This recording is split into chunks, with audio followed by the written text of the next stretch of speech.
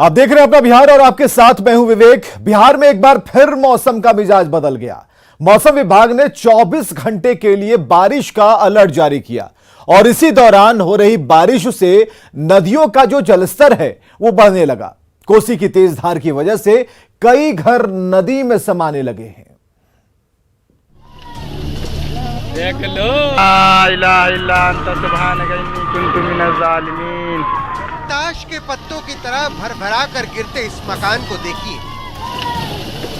देख लो टूटला कैसे ये पक्का मकान देखते ही देखते नदी में समा गया।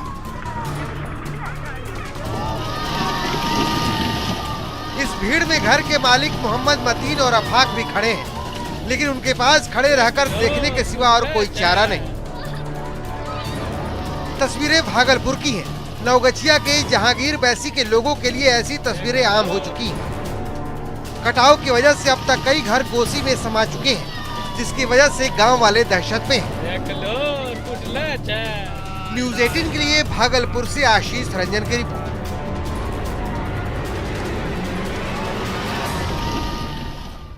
नेपाल के तराई क्षेत्रों में हो रही बारिश से गंडक नदी का जो जलस्तर है वो बढ़ रहा है। वाल्मीकि नगर बैराज से लगातार पानी डिस्चार्ज किया जा रहा है, जिससे नदी का जलस्तर बढ़कर खतरे के निशान के ऊपर बह गया है। जिला प्रशासन और जल संसाधन विभाग ने तटबंधों की निगरानी बढ़ाते हुए निचले इलाकों में जो लोग बसे हैं उन्हें अलर्ट किया है।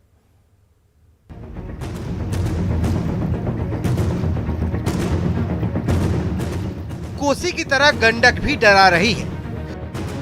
नेपाल की तराई में हो रही बारिश की वजह से गंडक का जलस्तर खतरे के निशान से ऊपर पहुंच चुका है। नेपाल के तराई क्षेत्रों में लगातार हो रही बारिश और वाल्मीकि नगर बैराज से पानी डिस्चार्ज किए जाने के बाद गंडक नदी एक बार फिर उफान पे है और गंडक नदी में ये दूसरी बार जल स्तर में वृद्धि दर्ज की गई है।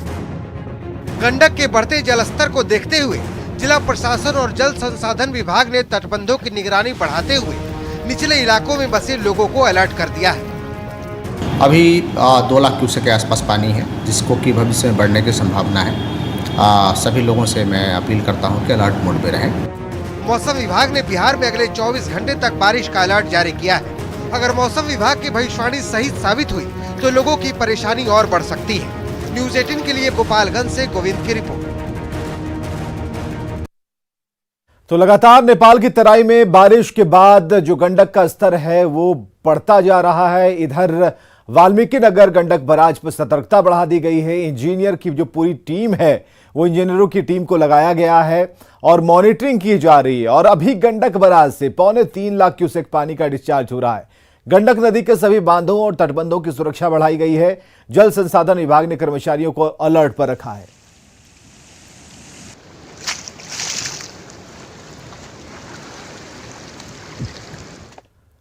गंडक में उफान से गंगा का जलस्तर बढ़ने लगा है। सोनपुर में गंडक और गंगा दोनों उफान पर दिख रहे हैं, जिसके बाद जल संसाधन विभाग अलर्ट पर है। तो बिहार के कुछ नदियों में लगातार उफान बढ़ता जा रहा है और इस वक्त हम आपको तस्वीर दिखा रहे हैं गंगा नदी की तस्वीर। और गंगा नदी के जलस्तर में भी तेजी से बढ़ोतरी होता जा रहा है, चूंकि उत्तराखंड के इलाकों में लगातार हो रही बारिश की वजह से उसका सीधा असर बिहार में भी देखने को मिल रहा है और गंगा के जलस्तर में तेजी से बढ़ोतरी हो रही है। और इसके पहले गंडक नदी में भी बढ़ोतरी देखी जा रही है।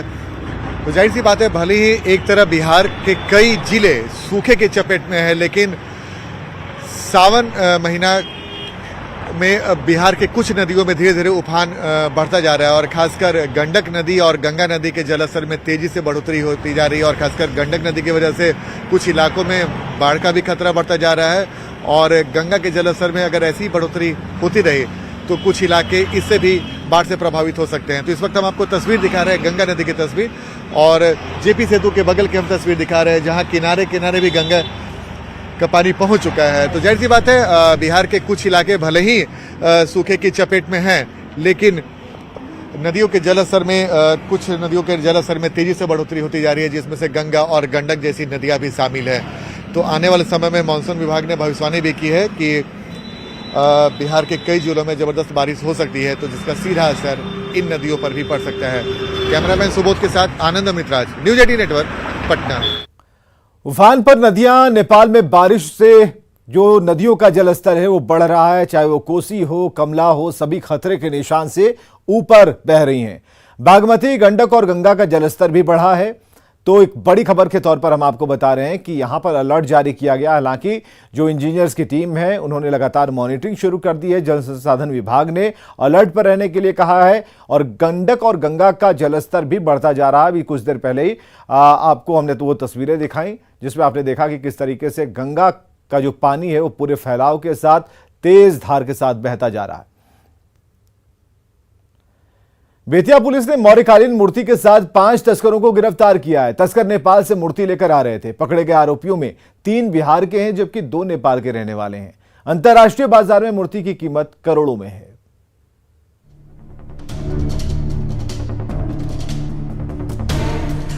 टेबल पर रखी जिस मूर्ति को आप देख रहे हैं ये कोई आम मूर्ति नहीं है। ये सम्राट अशोक के समय की मौर्यकालीन मूर्ति है जिसके अंतर्राष्ट्रीय मार्केट में कीमत करोड़ों रुपए बताई जा रही है। 8 किलो वजन और करीब 1 फीट ऊंची इस मूर्ति को तस्करी करके नेपाल के रास्ते भारत लाया जा रहा है, जिसकी सूचना पुलिस को लग गई। बेतिया के मझौलिया थाने की पुलिस ने छापेमारी कर मूर्ति के साथ 5 तस्करों को भी गिरफ्तार किया।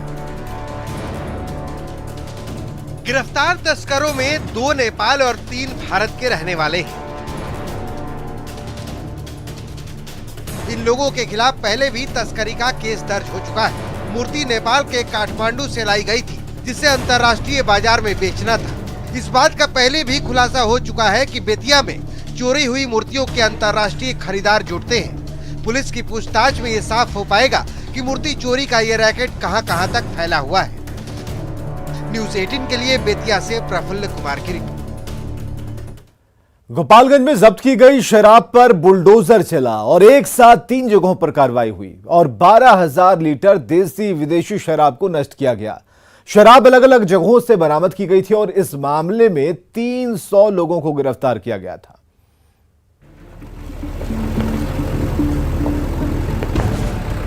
हजारों लीटर देसी और विदेशी शराब की बोतलें चकनाचूर हो रही हैं। शराब की बोतलों को बुलडोजर बेरहमी से रौंद रहा है। गोपालगंज में पुलिसिया कार्रवाई की ये तस्वीर सबूत है शराब तस्करों के खिलाफ की गई कार्रवाई का। शराब के खिलाफ गोपालगंज पुलिस का जो अभियान है वो हर स्तर पर चल रहा है। हम लोगों ने बहुत बड़ी मात्रा में शराब जब्त किए हैं और बहुत इसी माह लगता है कि 300 से ज़्यादा लोगों की गिरफ्तारी भी हुई है। दरअसल गोपालगंज के अलग अलग थाना क्षेत्रों से हजारों लीटर देशी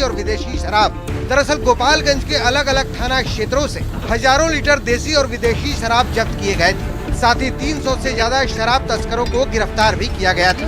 तस्करों के पास से कानूनी प्रक्रिया के तहत जब्त की गई शराब की बोतलों पर बुलडोजर चला दी गई और खाली बोतलों को गड्ढा खोदकर जमींदोज कर दिया गया।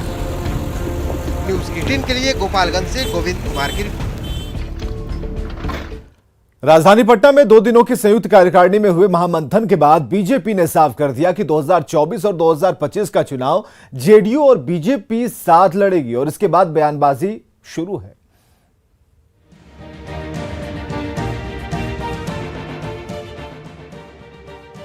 दो दिनों तक पटना में हुए बीजेपी के महामंथन के बाद जो अमृत निकला वो एकजुट एनडीए का मैसेज देने वाला है।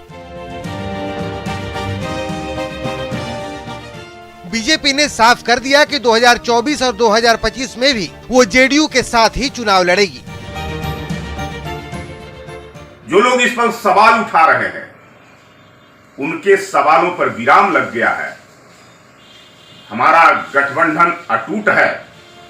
बीजेपी की तरफ से दिए गए इंटैक्ट एनडीए के मैसेज ने विपक्ष की टेंशन बढ़ा दी है, लेकिन कांग्रेस और आरजेडी के नेता अब भी मानने को तैयार नहीं है। बीजेपी जदयू में कुछ भी ठीक ठाक नहीं है और 2024 और 25 में इनकी बुरी तरह से आपस में लड़के पराजय होगी।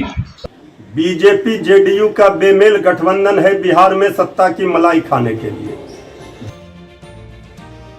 एक साथ चुनाव लड़ने वाले बीजेपी के बयान से चारों खाने चित विपक्ष को अब भी आपदा में अवसर की तलाश है, जिसकी वजह है जेडीयू का स्टैंड। जेडीयू के नेता साथ लड़ने की बात तो कह रहे हैं, लेकिन साथ में ये भी चाहते हैं कि ये साफ हो जाए कि 2025 का चेहरा कौन होगा। नेता, नीति और कौन होगा नेतृत्व करता, यह जनता के सामने साफ किया जाना आवश्यक। इतिहास गवाह है कि जब जब बीजेपी और जेडीयू साथ साथ चुनाव लड़े हैं, अधिकांश परिणाम एनडीए के पक्ष में ही रहा है। ये बात एनडीए के नेताओं के साथ साथ विपक्ष को भी पता है। न्यूज़ 18 के लिए पटना से विनीता मिश्रा की रिपोर्ट। देश आजादी का अमृत महोत्सव मना रहा है। पटना विमेंस कॉलेज में भी आजादी के अमृत महोत्सव के समापन की शुरुआत कर दी गई और ये कार्यक्रम 15 दिन तक चलेगा। कॉलेज की लड़कियां मानव श्रृंखला में देश के मानचित्र को बनाती हुई नजर आईं।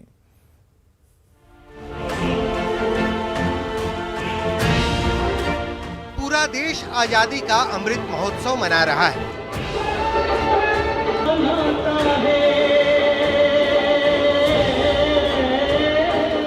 75वीं वर्षगांठ को खास बनाने के लिए सभी घरों में तिरंगा लहराने की तैयारी।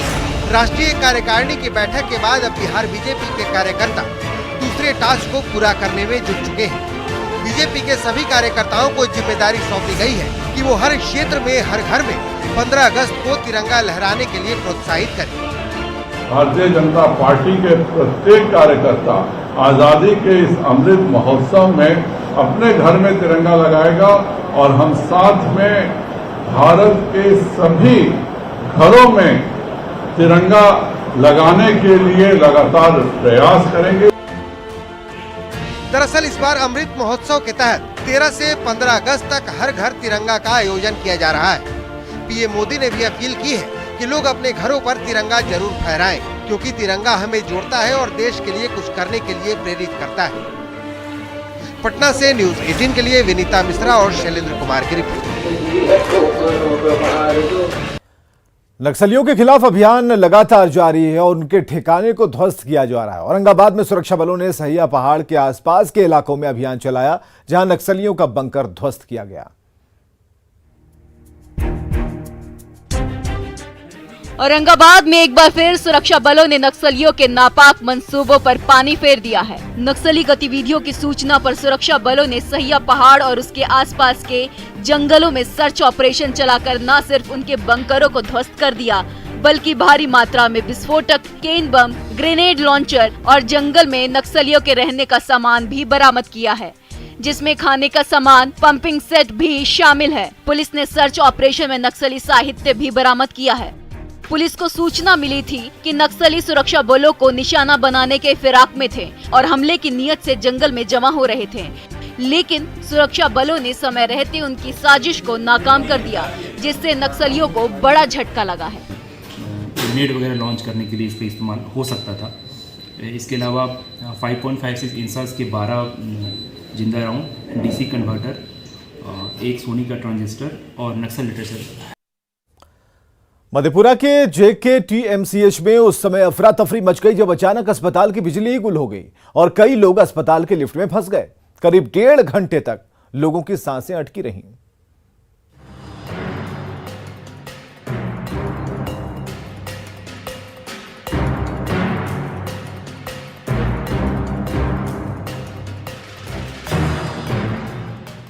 मधेपुरा से सबसे बड़े अस्पताल जननायक कर्पूरी ठाकुर मेडिकल कॉलेज और अस्पताल में उस वक्त अफरा तफरी मच गई जब अस्पताल में अचानक बिजली गुल हो गई।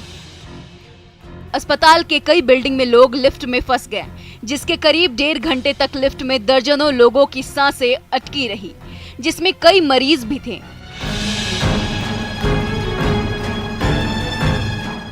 लोग बीच बचाव के लिए शोर करने लगे। काफी मशक्कत के बाद लिफ्ट में फंसे लोगों को एक एक कर निकाला गया और सबकी जान में जान आई।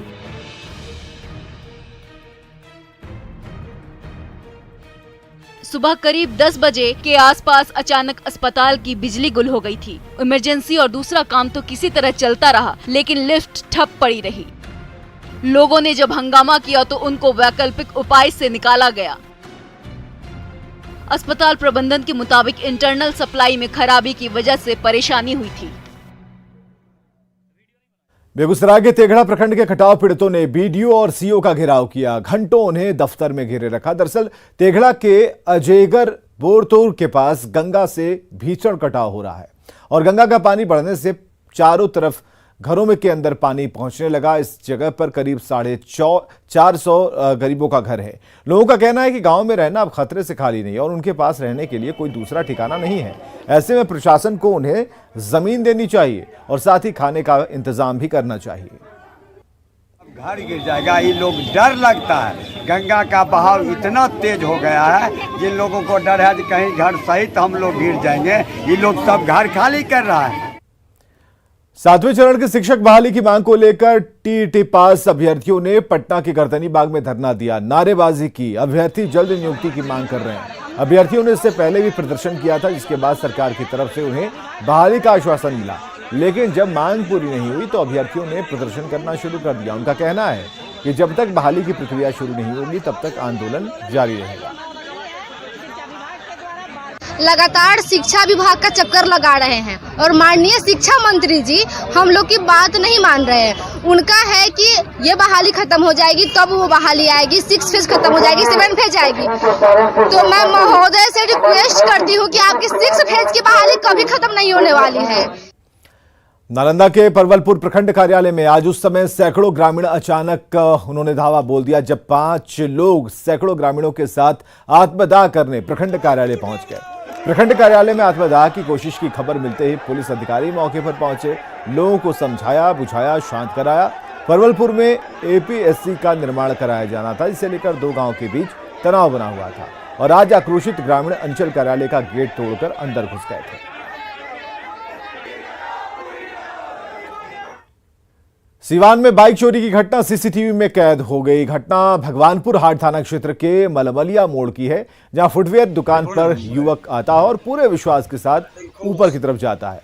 नीचे आकर आराम से बाइक चोरी की और चलते बना। तस्वीर आप देखिए कैसे एक नीले टी शर्ट में एक युवक आराम से फुटवेयर व्यवसायी की बाइक लेकर चला जाता है। पीड़ित व्यवसायी ने चोरी के इस फुटेज के साथ थाने में शिकायत दर्ज कराई है।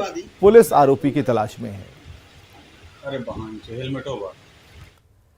शेखपुरा के आंगनबाड़ी केंद्रों में पढ़ने वाले बच्चे भी अब स्कूल यूनिफॉर्म में नजर आएंगे। इन बच्चों के विकास के लिए डीएम ने एक नई पहल शुरू की है। दरअसल शेखपुरा जिले में पहाड़ उत्खनन में लगे लीज धारक अलग से आमदनी का 2% राशि जिला के विकास में सहयोग करेंगे। सभी लीज धारक को खनिज विभाग ने पत्र जारी किया है। आंगनबाड़ी का मैटर CSR के तहत है। कॉर्पोरेट सोशल रिस्पॉन्सिबिलिटी होती है। जो कंपनियां काम करती हैं वो जाहिर सी बात है यहाँ से मुनाफा कमा रही हैं, तो यहाँ के आसपास के लोगों को कुछ सामुदायिक बेनिफिट हो, कम्युनिटी बेनिफिट के लिए हम लोगों ने बात किया है। और डीएम सर का भी एक विजन था कि जो आंगनबाड़ी केंद्र है, वोटर आई कार्ड को आधार से जोड़ने का अभियान आज से शुरू हो गया। वो वोटर आईडी को आधार से जोड़ने की जो प्रक्रिया है पूरी तरह से स्वैच्छिक रखी गई है। नई व्यवस्था को लेकर आज पटना में मुख्य निर्वाचन पदाधिकारी ने प्रेस कॉन्फ्रेंस की और पूरी प्रक्रिया की जानकारी दी। इसके लिए बीएलओ कैंप भी लगाएंगे और ऑनलाइन माध्यम से भी आवेदन प्राप्त किए जाएंगे। निर्वाचन आयोग ने राजनीतिक दलों से वोटर लिस्ट के संक्षिप्त पुनरीक्षण कार्यक्रम में जागरूकता दिखाने की अपील की और इसके साथ अब 4 बार साल में वोटर लिस्ट में नाम जोड़ा जाएगा, जो पहले सिर्फ जनवरी में ही जोड़ा जाता था। इससे अब 17 साल पूरे करने वाले वोटर्स अपना नाम जुड़वाने के लिए अप्लाई कर सकते हैं। लगभग 94.5 करोड़ वोटर्स हैं। बिहार में करीब 7.5 करोड़ वोटर्स हैं। इन लोगों का नाम आधार से जोड़ने के लिए प्रक्रिया शुरू हो गया है। आज से नया फॉर्म्स आया है। नया फॉर्म्स में आधार को रखा गया है। फॉर्म 6 जो है वो नाम जोड़वाने के लिए है, उसमें भी आधार आ गया है। फॉर्म 7 विलोपन के लिए है। फॉर्म 8 में किसी तरह से चेंज करने के लिए या एक जगह से दूसरा जगह में शिफ्ट कराने के लिए, या आपका एपिक कार्ड खो गया तो उसको पुनः प्राप्त करने के लिए। और आगे देखिए जोहार झारखंड।